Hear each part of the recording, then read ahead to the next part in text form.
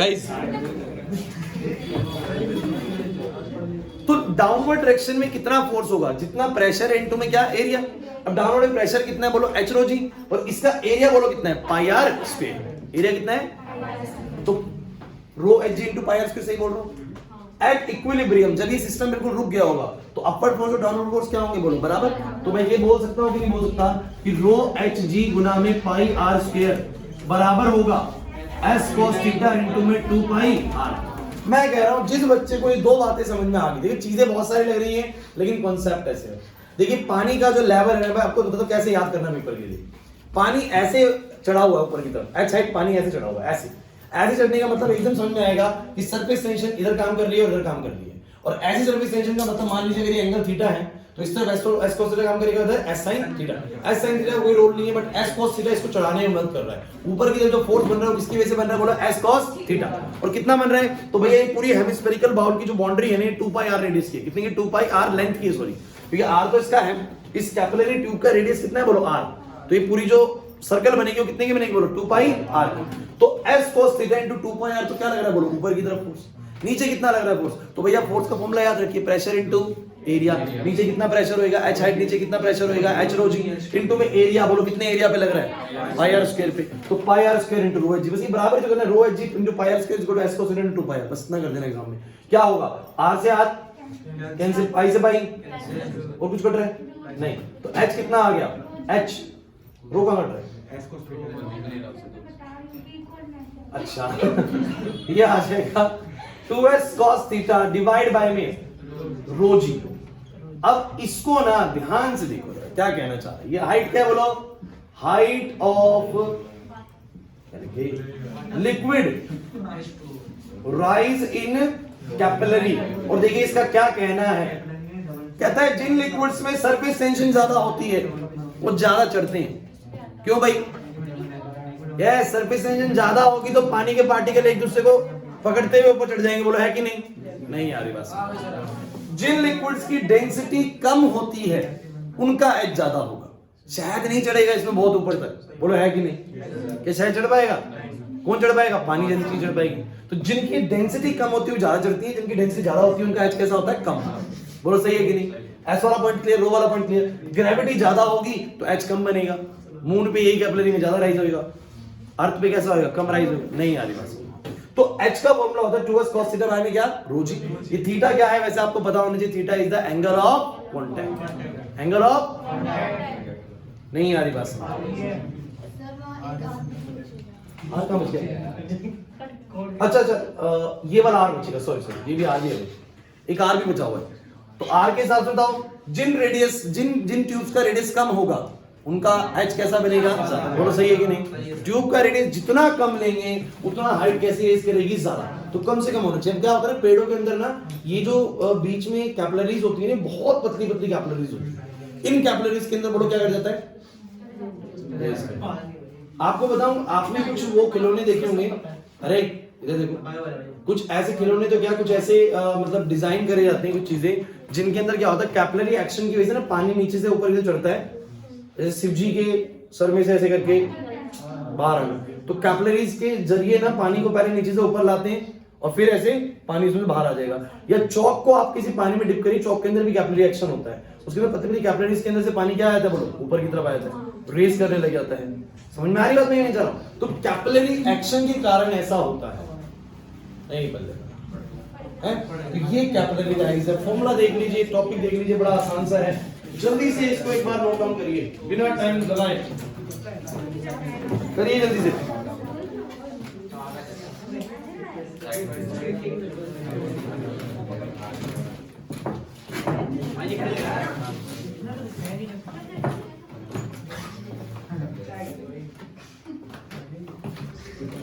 तो ये एक बात हो, ये फॉर्मूले से सारी बात समझ में आ रही है। एस ज्यादा होने पर क्यों ऊपर ज्यादा उठेगा, रो ज्यादा होने पर क्यों कम उठेगा, जी ज्यादा होने पर क्यों कम उठेगा, आर ज्यादा होने पर क्यों कम उठेगा।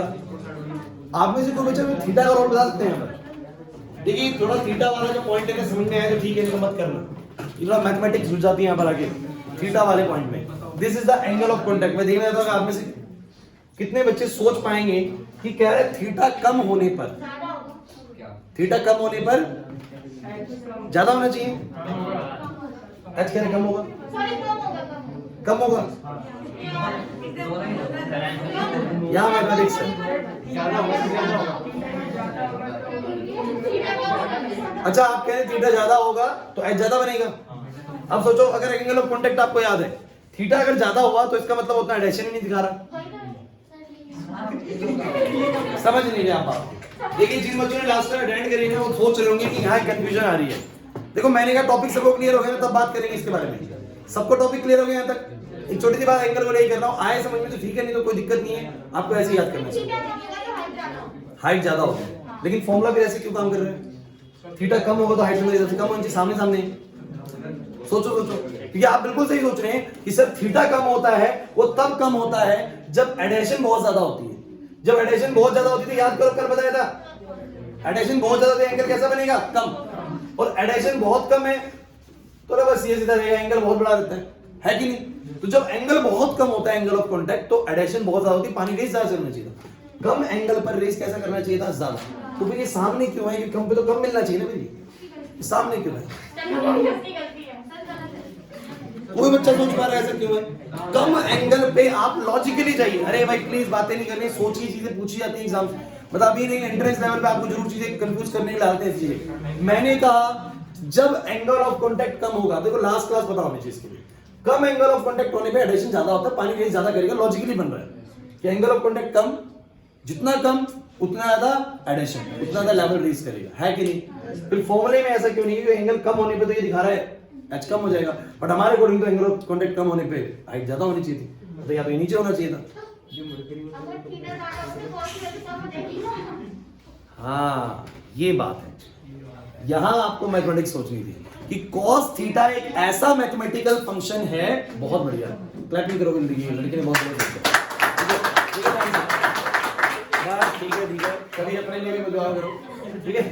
अब सुनो, cos थीटा अपने आप में एक ऐसा मैथमेटिकल फंक्शन है जिसकी वैल्यू cos 0 पर 1 होती है, और जितनी बढ़ती जाएगी, जैसे cos 30 हो गया, ये वैल्यू 1 से घटेगी। आपको पता होगा cos 90 कितना होता है? 0 होता है कि नहीं होता? cos 60 कितना होता है? cos 60 होता है 0.5। cos 45 कितना होता है? 1/√2, लगभग 0.7 होता है, और ये वाली वैल्यू लगभग 0.8 होती है। तो वैल्यू cos में एंगल बढ़ने पर cos थीटा की पूरी वैल्यू क्या होती है? घटती है। तो जितना थीटा कम होगा ना, लॉजिकली आपको लग रहा था थीटा कम होने पे हाइट बढ़नी चाहिए, एक्चुअली में है भी, थीटा कम होने पे cos थीटा कम हो जाता है और हाइट नहीं है, बस नहीं, सॉरी, थीटा कम होने पे cos थीटा क्या होता है? ज्यादा, और ऑटोमेटिकली हाइट भी क्या हो जाएगी? ज्यादा। मैथमेटिकली सही काम करेगा वो। सोनाली नहीं है बस, थीटा कम होने पर बोला सोनाली नहीं है, चिराग ने एकदम करेक्ट नहीं। देखो मेरी बात सुनते, चिराग मैं ही कह रहा हूँ, आपने लास्ट क्लास अटेंड करी? फिर तुम अभी तो मैं नहीं बताया। अरे उसमें एंगल ऑफ कॉन्टैक्ट सिखाया था, ऐसा बताया गया था कि जिन चीजों में एडेशन ज्यादा होती है वो ज्यादा ऐसे चढ़ेंगी, उनका ये एंगल ऑफ कॉन्टैक्ट कैसा बनेगा? कम। देखो जिनमें कम एडेशन है, मान लीजिए कि कम एडेशन है तो कम चिपकेगी, तो ऐसे ही बनेगी, बस इतनी। जो ज्यादा एडेशन दिखाने वाला चढ़ेगी ऊपर की तरफ, इनका एंगल कैसा बनेगा बोलो? बड़ा। और इसका कैसा बनेगा? तो हमें ये लग रहा था कि जिनका एंगल छोटा होगा उसमें हाइट ज्यादा बननी चाहिए, क्योंकि पानी ज्यादा चढ़ेगा। कम एंगल पे हाइट कैसी बननी चाहिए? ज्यादा। तो हमें लग रहा था कम पे हाइट ज्यादा बने तो इनवर्स रिलेशन हो गया ना, नीचे आना चाहिए थीटा। लेकिन मैं कह रहा हूं सही है कि कम एंगल पर ये एक्चुअली में cos थीटा है। थीटा पर कौन सा फंक्शन आ रहा है? cos theta. जब ये एंगल कम होगा तो cos थीटा ऑटोमेटिकली क्या हो जाएगा? ज्यादा। तो एच अपने आप क्या हो जाएगी? ज्यादा। तो कम एंगल पर भी हाइट ज्यादा ही मिलेगी फॉर्मूले के अकॉर्डिंग। ये कम एंगल पर cos थीटा क्या हो जाएगा? ज्यादा। तो हाइट भी क्या हो जाएगी? ज्यादा। इसे पहले नहीं बताया था, लेकिन अब समझ में आ रहा है क्या कहना चाह रहा हूं? पक्का? इधर सबको क्लियर हो गया? नेहा क्लियर हो गया? नेहा बोलो। ज्योति हो, मुझे पता है, आ जाओ। सही बताया, गलत बताया? तो एसेंट फॉर्मूला क्लियर हुआ कि नहीं हुआ? पहले ठीक है, वो सारा टाइम इसी में गया।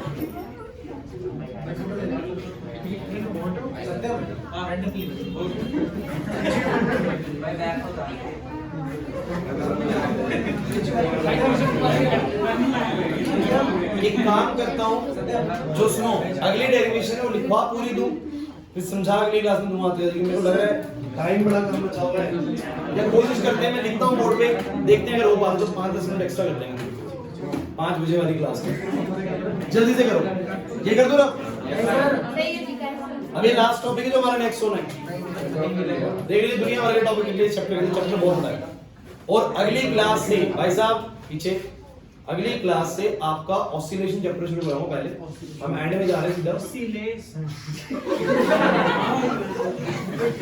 बीच में थर्मोडायनेमिक्स और एक चैप्टर और है काइनेटिक थ्योरी ऑफ, जो तो ये 2 चैप्टर्स मैं आपको अभी बीच में होल्ड कर रहा हूँ। बहुत सिंपल चैप्टर है, छोटे चैप्टर्स हैं। काइनेटिक वाला तो आप ये लगा लीजिए 1 या 2 क्लास चैप्टर बस मुश्किल से।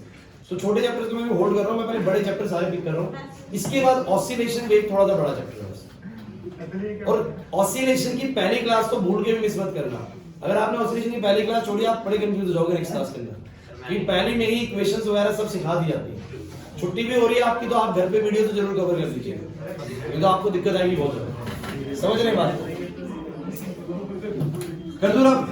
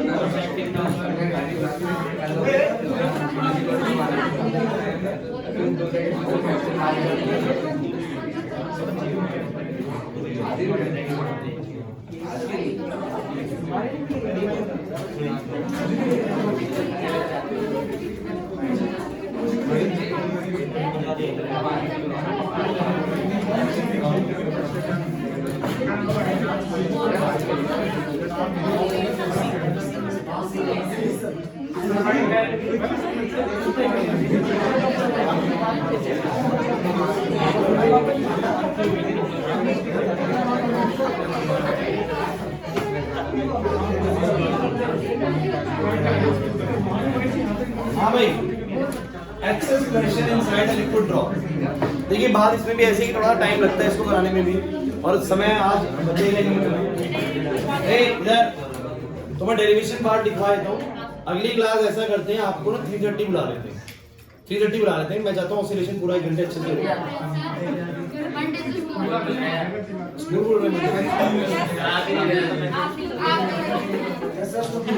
तो आ नहीं पाओगे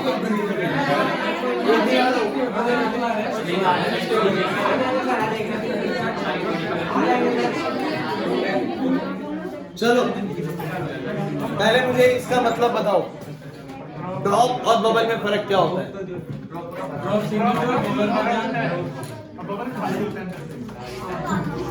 ड्रॉप भरा हुआ होता है, बबल खाली होता है।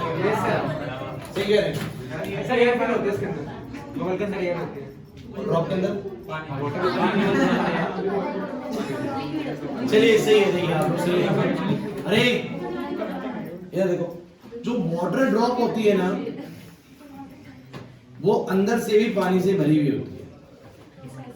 ये अंदर है पानी और बाहर है एयर। इसमें बस एक वाटर एयर इंटरफेस होता है। इंटरफेस मतलब जहां पर मीडियम चेंज होता है। One water air interface, water air interface, ठीक है। और जो बबल होता है ना, बबल कुछ ऐसा होता है, थोड़ा सा मैं इसको यहां से ठीक कर देता हूं।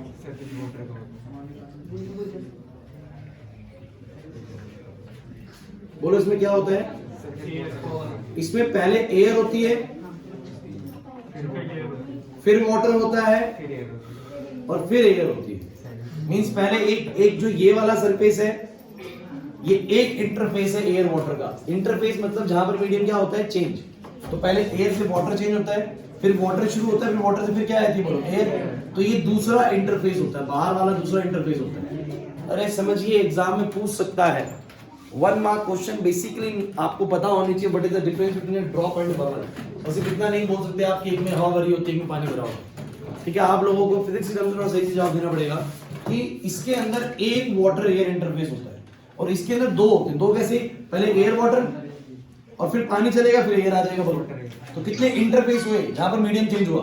तो हम बोलते हैं air to air water interface या वाटर एयर जो भी लिख लीजिए, वाटर एयर इंटरफेस। नहीं आ रही बात समझ में? ठीक है। अच्छा मुझे एक बात और बताइए, दोनों में सरफेस टेंशन काम कर रही होगी नहीं कर रही होगी? अरे भैया पानी के पार्टिकल्स हमेशा चाहते हैं कि वो एक छोटे से सरफेस एरिया में रहने की कोशिश करते हैं। सेम बबल के पार्टिकल भी ऐसे चाहते हैं, इसलिए गोल हो जाते हैं, स्फेरिकल हो जाते हैं। सेम ड्रॉप के पार्टिकल भी ऐसा ही चाहते हैं। ये बिल्कुल ऐसे काम करते हैं जैसे कि गुब्बारा होता है। अगर आप एक गुब्बारे के अंदर हवा भर देते हैं तो गुब्बारे की जो बाउंड्री होती है उसकी हर वक्त क्या कोशिश होती है, आप जरा बताइए। हर वक्त एक कोशिश है कि गुब्बारा ये चाहता है जो उसकी बाउंड्री ऐसे करके फैल गई है ना, they will always try to minimise their area. उसमें थोड़ी सी हवा निकलने की कोशिश करिए, हवा निकाल के देखिए वो ऐसे ही करके आएगा, ऐसे करते करते करते करते करते करते छोटा हो जाएगा। सेम ये लिक्विड ड्रॉप्स भी हमेशा ऐसा ही चाहते हैं, बबल्स भी, कि ये हमेशा अपने एरिया को क्या करना चाहते हैं, बोलो मिनिमाइज। आप जानते हैं कि इनकी सरफेस पे जो पार्टिकल्स है ना वो हमेशा पास आके और छोटा छोटा छोटा छोटा इसको करना चाहते हैं, बोला है कि नहीं? लेकिन अगर मान लीजिए ये हो नहीं पा रहा है इससे छोटा जितना है, तो इसका मतलब क्या है? जैसे कि मान लीजिए गुब्बारा जो है वो इतने तक आके फूल गया है, उससे छोटा नहीं हो पा रहा है, इससे ज्यादा ऐसे नहीं हो पा रहा है। क्यों नहीं हो पा रहा? क्योंकि उस गुब्बारे के अंदर एक एक्स्ट्रा प्रेशर है जो इस चीज के अगेंस्ट काम कर रहा है। बोलो सही है कि नहीं? गुब्बारा जो है वो ऐसे क्यों नहीं बंद हो पा रहा? मतलब गुब्बारा एक बार फुला दिया तो वो ऐसे फूला, उसकी बाउंड्री ऐसे फुली हुई है ना। आप जानते हैं तो हवा निकाल दीजिए, वो धीरे धीरे धीरे धीरे धीरे धीरे क्लोज आना शुरू हो जाएंगे। बट अगर नहीं आ पा रहे हो ऐसे ही बने हुए, it means it indicates that कि गुब्बारे के अंदर ना एक एक्स्ट्रा प्रेशर, एक एक्सेस प्रेशर है जो इस सरफेस टेंशन के खिलाफ काम कर रहा है। बोलो है कि नहीं? नहीं आ रही बात समझ? इसी कारण ये ऐसे मेंटेन है। इनको तो मौका चाहिए एक बार वो एक्सेस प्रेशर हटे और ये वापस पास आ जाएंगे। बोलो है कि नहीं? नहीं आ रही बात समझ? तो ऐसे ही जितने भी लिक्विड ड्रॉप्स होते हैं, जितने भी एयर बबल्स होते हैं, इन सबके अंदर भी कोशिश बार बार चल रही होती है कि इनके पार्टिकल जो सरफेस पे ऐसे फैल गए हैं ना, इनकी कोशिश है कि वापस से आगे छोटा कर दें इसको। लेकिन इनके अंदर एक एक्सेस प्रेशर है जो इनको ये काम करने से रोकता है। वो एक्सेस प्रेशर की डेरिवेशन करनी है आपको। ठीक है, डेरिवेशन बड़ी नहीं है, बहुत सिंपल सी चीज है, डेरिवेशन छोटी सी है, लेकिन आपको समझ में आना चाहिए कि कर क्या रहे हैं। ऐसा कुछ हवा में नहीं चलाना। आपने जितने भी टॉपिक इस चैप्टर के करे ना, सारे के सारे टॉपिक्स बड़े अच्छे थे। मैं आपको बताऊं, शुरू से आप पढ़ के देख लीजिए, शुरू से याद कर लीजिए। पहला हाइड्रोलिक लिफ्ट का टॉपिक था जिसमें आप कम फोर्स लगाते हो और आपको रिजल्ट कैसा मिलता है, ज्यादा। फिर उसके बाद पास्कल्स लॉ किया था कि एक पॉइंट पर सारी जगह से प्रेशर कैसा लगता है, सेम। फिर सबसे जो जबरदस्त चीज इसके अंदर आपने पढ़ी थी वो थी बर्नौलीज इक्वेशन ऑफ कॉन्टिन्यूटी की मदद से पढ़ी थी, है ना? याद आ रहा है? तो बर्नौलीज में आपने पढ़ा था कि the pressure energy, the kinetic energy and the potential energy, sum इन तीनों का हर जगह पर कैसा रहता है, सेम। हाँ, प्रेशर काइनेटिक में चेंज है, काइनेटिक पोटेंशियल में चेंज, कुछ भी चेंज होता रहे, बट तीनों का सम हमेशा क्या रहता है, सेम। इसी के आधार पर आपने टॉरिसेली ड्राइव करी। इसी के आधार पर आपने वेंचुरी मीटर, बड़ा इंपॉर्टेंट कांसेप्ट था जिसमें ये पता लगा था कि पानी कितनी तेजी से फ्लो कर रहा है। एक आधार आपको पढ़ना जरूर पड़ेगा, एकदम से याद नहीं आती चीजें, लेकिन एक बार पढ़ेंगे ना तो समझ में आ जाएगा। टॉरिसेली में क्या था कि कितना तेज पानी बाहर निकलता है, कितनी दूर तक जाता है, कितने समय में पानी नीचे गिरता है। ये सारी बातें बड़ी कमाल की थी। वेंचुरी मीटर में बड़ा कमाल का कांसेप्ट था कि कैसे हम एक पाइप के अंदर से जाते हुए पानी की फ्लो को पता लगा सकते हैं कि कितना लीटर पानी हर सेकंड में फ्लो कर रहा है। प्रॉपर डेरिवेशन कराया था कि कैसे इसको निकाल सकते हैं। दो ट्यूब लगाते हैं, एक में पानी ज्यादा रेस करता है, एक में कम रेस करता है। उस हाइट के डिफरेंस से पता लग जाता है कि पानी कितनी तेजी से फ्लो कर रहा है। वेंचुरी मीटर के बाद आपने फिर नई कॉन्सेप्ट पढ़ना शुरू कर दिए। लाइक इस चैप्टर के अंदर आप आगे सरफेस टेंशन पर, विस्कोसिटी, चलो वही चीज यहाँ। हाँ, उसके बाद एक कॉन्सेप्ट बीच में रह गया, सॉरी। उसके बाद आप आर्किमिडीज प्रिंसिपल का बायंसी पढ़ते हैं कि जब भी कोई चीज जाती है नीचे की तरफ तो उसका वेट कम हो जाता है, बिकॉज वाटर उसके ऊपर क्या करता है, फोर्स लगाता है। जितना पानी का वेट डिस्प्लेस हुआ उतना ही फोर्स उसके ऊपर लगाता है। बायंसी के आधार पर आपने स्टोक्स लॉ पढ़ा। फिर इन दोनों के आधार पर आपने एक बड़ा इंपॉर्टेंट कॉन्सेप्ट पढ़ा, टर्मिनल वेलोसिटी। फिर हर बॉडी नीचे आती है, एक टाइम पर आके उसकी स्पीड क्या हो जाती है, कांस्टेंट, उसको बोलते हैं टर्मिनल वेलोसिटी। ये आपने बीच का सेक्शन पढ़ा। वो चैप्टर 3 भाग में बटा हुआ है। पहला भाग बर्नौली तक का था जिसमें टॉरिसेली, वेंचुरी मीटर सब आ गया। दूसरा भाग जो आपने पढ़ा वो पढ़ा Stokes law, Archimedes principal, liquid के बारे में सारा कुछ, और बायंसी वाला आर्किमिडीज में आ गया, और टर्मिनल वेलोसिटी। और तीसरा पार्ट आ गया लिक्विड्स की सरफेस टेंशन को लेके, सरफेस टेंशन, सरफेस एनर्जी क्या होती है।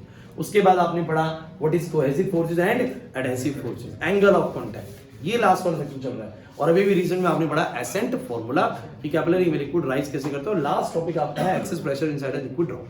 तो आप जब भी इस चैप्टर को पढ़ें तो कुछ ऐसे टुकड़ों में पढ़ें कि पहले एक सेक्शन पूरा खत्म करा, फिर दूसरा करा। चैप्टर सबसे ज्यादा वेटेज का आएगा आपका एग्जाम शायद आई थिंक 35 नंबर का होगा इस बार, अगर 12th वाले के हिसाब से आ रहे हैं 35 का होगा, 40 का मैथ्स का होगा, इसका नहीं होगा, इंग्लिश का होगा, मैथ्स का होगा, इनके इसका 35 का होगा। तो मान के चलिएगा 35 नंबर में से ना 7 से 8 नंबर का पेपर अकेले इस चैप्टर से आ सकते, ध्यान रखना बहुत मेजर चैप्टर है, ध्यान रखना। इस सेकेंड टर्म के अंदर सॉलिड वाला चैप्टर आपने करा, थर्मल प्रॉपर्टीज किया, वो दोनों कलेक्टिवली मिला के जितने मार्क्स के आएंगे, मैं गारंटी से कह रहा हूं अकेले उतने मार्क्स का आने वाला है चैप्टर। तो भूल के भी नहीं चैप्टर वाल के मत देना, ये चैप्टर अकेला आपको ना बहुत जबरदस्त स्कोर करने वाला है और मुश्किल ज्यादा कुछ है नहीं। आपने 3 चैप्टर करे सेकंड टर्म के, सॉलिड वाला चैप्टर करा कितना एकदम स्ट्रेस स्ट्रेन पढ़ के देखो भाई सब आ जाएगा, पढ़ रहे थे ईमानदारी तो आता होगा। फिर आपने थर्मल प्रॉपर्टीज ऑफ मैटर किया, वो चैप्टर मेरे हिसाब से बहुत इंटरेस्टिंग भी है और इजी भी है। थर्मल प्रॉपर्टीज ऑफ मैटर में एक्सपेंशन के बारे में पढ़ा था, पढ़ोगे पढ़ा होगा तो बता देगा, और फ्लूइड्स वाला ही चैप्टर था। तो ये लास्ट टॉपिक है। अब थोड़ा सा समय का हमारा पंगा है, मैं सोच रहा था कि आपने नेक्स्ट क्लास में ही आधा घंटा पहले आ जाओ, नेक्स्ट में एक क्लास मैनेज कर लो, बहुत ज्यादा दिक्कत हो 3:35 तक आ जाना, फिर 5 मिनट 3:30 में हमारी छात्री की भी क्लास शुरू होगी, 3:35 तक मान लीजिए, मैं शुरू के 25 मिनट में खत्म करा दूंगा और फिर ऑसिलेशन शुरू करा दूंगा। हाँ मुझे एक टेस्ट का और बताओ, क्योंकि कल केमिस्ट्री और मैथ्स की क्लास रखनी है।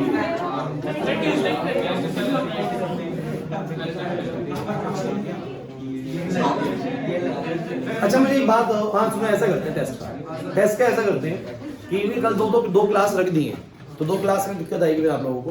तो आप लोग क्या करिए टेस्ट के लिए कि जो ट्यूसडे है ना 4 से 5 में क्लास ले लूंगा, उसके बाद अभी रूम सेंटर के रूम्स खाली रहते हैं, काफी सारी टीचर की क्लासेस नहीं होती है, तो आप 5 बजे के बाद टेस्ट दे देंगे।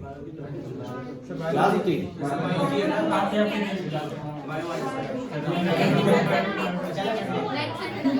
फिजिक्स क्या तो बहुत डिले हो जाएगा।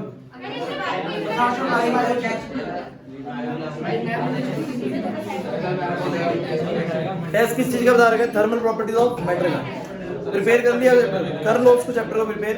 कोई नहीं, कल टेस्ट नहीं है कि कल 2 क्लास मैंने ऑलरेडी रख दी है, कल मेरे को ऑफ करना पड़ गया था, तो कल तो 2 क्लासेस है।